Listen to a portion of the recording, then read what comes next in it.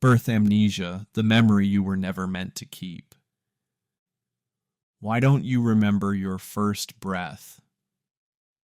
Why is the moment you entered existence the moment you became you, locked away behind a veil you can't see through? This isn't just a gap in memory, it's the blackout curtain at the opening of your life's stage. A silence so total it feels intentional.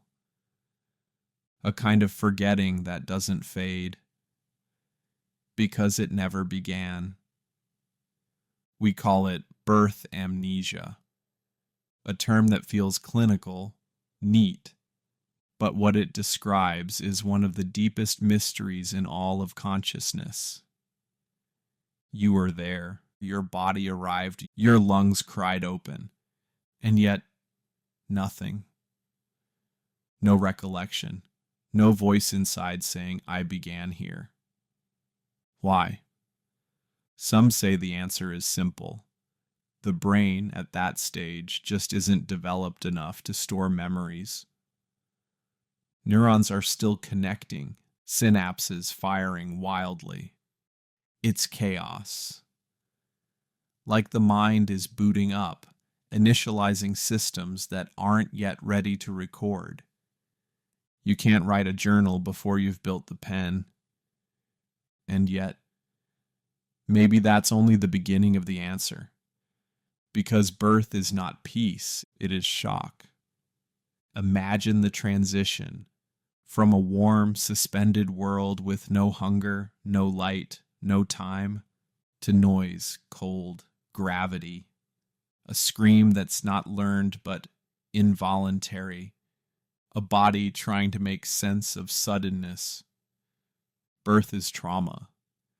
And trauma has its own relationship with memories. So maybe forgetting isn't failure. Maybe it's design. Maybe amnesia is a safety switch flipped before we arrive. Some neuroscientists call this implicit memory. The stuff we do remember, but not with language. The feeling of being held, the instinct to suckle, the familiarity of a heartbeat that's not your own. But what we don't have, what we can't have, is narrative memory.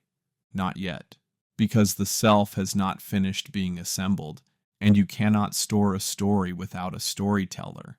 Still, the question lingers. Is it really just biology? Or is there something deeper, stranger, more metaphysical? There are those who believe in the veil of forgetting. That consciousness, if it travels from one life to another, must forget where it came from, not as punishment, but as necessity, because remembering everything would paralyze us. To be fully present here, you must forget there. Even without metaphysics, the metaphor holds power. Like a computer that forgets its factory testing the moment its operating system boots. Our minds may do the same, not because the data isn't valuable, but because it's incompatible. And yet, some people claim to remember, not entire scenes, but flickers, a blinding light, a rushing noise, a compression, a squeeze, a sudden cold.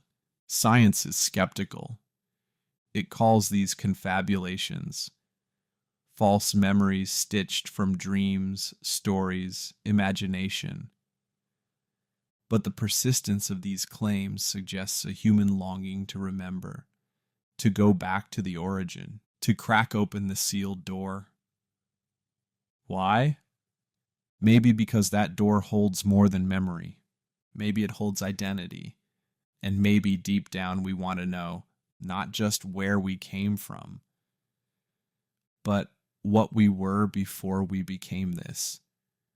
Because what if remembering birth would change us?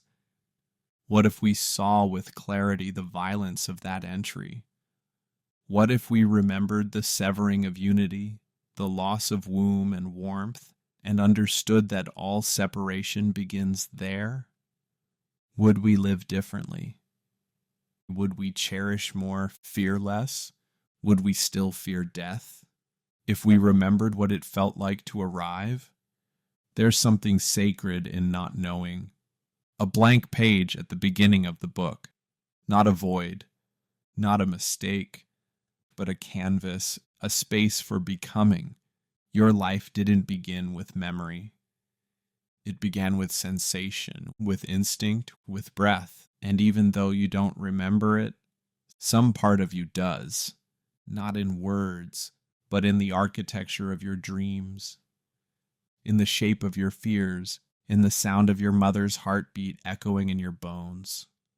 Birth amnesia isn't forgetting, it's transformation. It's the first act of becoming human, and the price of becoming is letting go of what you were, so you can step into the mystery of what you might become.